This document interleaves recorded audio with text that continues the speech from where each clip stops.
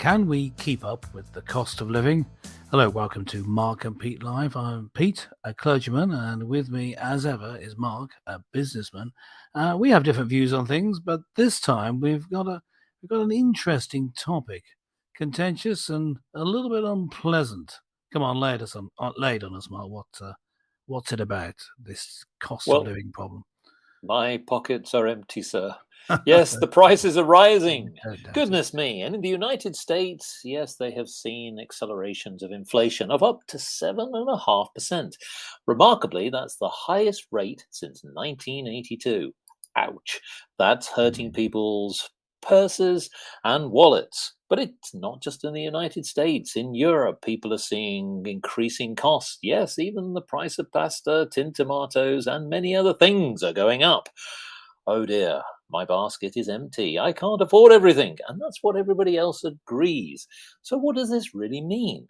Well, in my opinion, all of this is just simply hard to stomach. The cost of pasta is going up faster, and frugal spending has been forgotten. The real tail forecaster is a disaster, and the price of tomatoes has gone rotten. The jump in jars of jam is a scam, and even cheese is not cheap across the board. And the value of lamb is a sham. Soon we'll have nothing to afford. The bounce in beans is beyond means, as the food is too high that we buy. We need proteins, not more vaccines, so we'll all just eat humble pie. Clergyman Pete, I ask you, how are you affording to live in society today?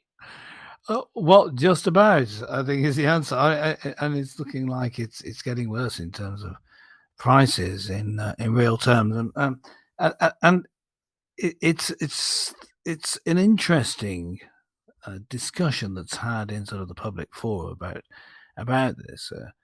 Yes, there are problems, for example, with artificially keeping interest rates low. Causes a problem when you have to raise them in the end, and you get prices rising. Uh, Also, you can have problems with providing too much money in the money supply. It can be a problem. There were two other issues.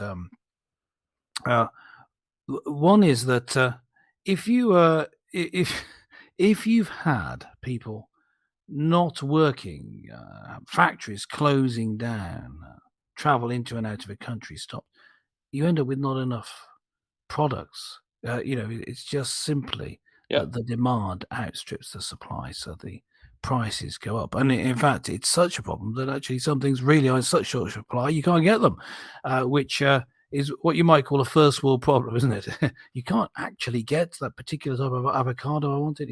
It's getting to that stage, and I don't think it's going to get worse in that sense. I think at the moment, anyway, the supply chain seem to be getting back on track.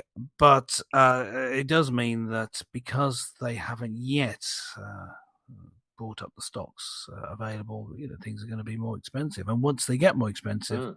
just the trend is that they stay more expensive. So those are the points, the main points that I would raise. It's to do with manipulation of the market because of lowering keeping interest rates artificially low. It's to do with supply and demand. I think those are two of the things. But one thing that government, major governments like the federal government in the US could do, and state governments there, is reduce regulations, because regulations do stifle the abilities of particularly small companies to be able to compete. And if you can be competitive, then prices could be lower. That's something Mm. they could do. That's why I give that separate, rather than something that isn't being done. But Yes. or something wrong that's been done.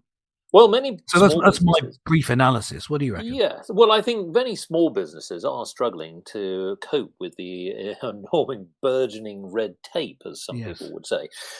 Certainly in Europe, since the United Kingdom came out of the EU, many small businesses have complained that they just simply can't cope with all of those regulations. It's just actually stifling business.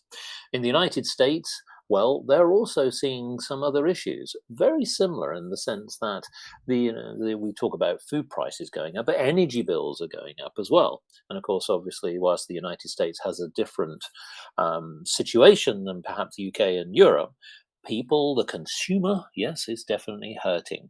Now, when it comes to interest rates, if we say take the Bank of England, ironically, they have raised the interest rates twice, but is it enough?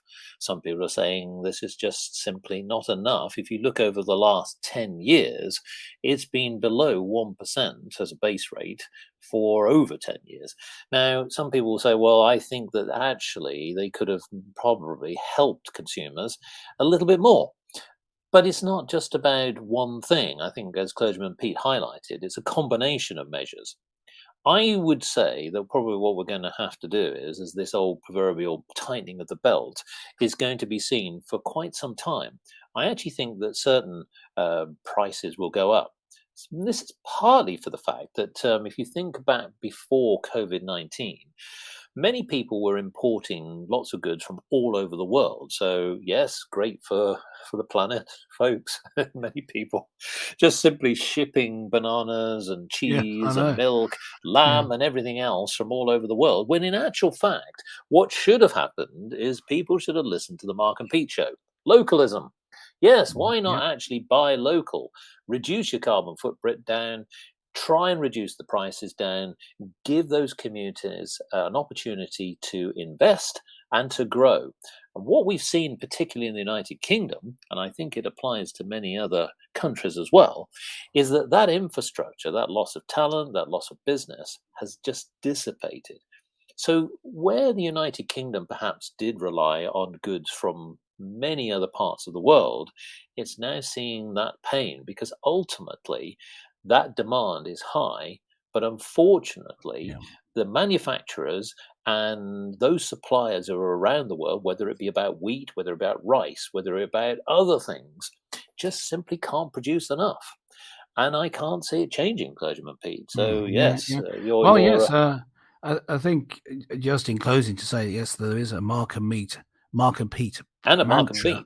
Beat, Yeah, I was going to say a which is going up rapidly. Mark and Meat pantra, but I meant a Mark and Meat mantra, which is long-termism and localism. Localism, right? Yep, shop local where possible, and grow your own where Yes. possible. And this this is not going to help necessarily this time, but to future-proof yourself for the next time there's an issue like this. Yeah, shop local, grow your own where possible. This is also long-term because then you ensuring that you're always going to have a very short supply chain, especially if you're just going into your garden to get stuff. Uh, that's the way to future-proof your supply of pasta and tomatoes or whatever it is. Although growing your own pasta can be tricky. I think that's about it from Mark and Pete for this week. Don't forget to subscribe and let us know what you think below. We'd love to hear from you. Catch you next time.